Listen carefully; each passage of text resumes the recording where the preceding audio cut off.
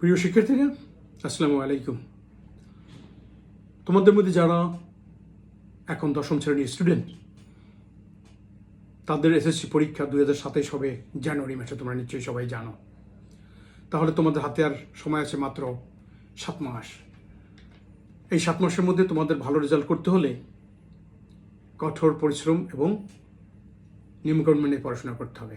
এর জন্য আমি তোমাদেরকে 5টি উপদেশ দিচ্ছি। এই 5টি উপদেশ তোমরা সিরিয়াসলি ফলো করবে। 1, সময়ের মূল্য ও গুরুত্ব বুঝতে হবে এবং 1 মিনিটও আর নষ্ট করা যাবে না। নাম্বার 2, নিয়মিত পড়াশোনা করতে হবে। আজ পড়বো কাল পড়বো না, তা করলে হবে না।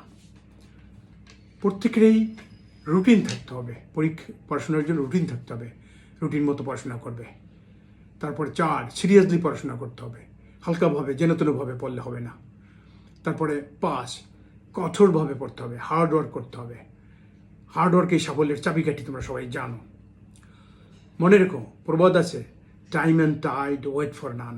সময় এবং স্রোত কারোর জন্য অপেক্ষা করে না। আর বেঞ্জামিন ফ্রাঙ্কলিন বলেছেন, সময় একবার হারিয়ে গেলে সেই সময় আর পাওয়া যাবে না।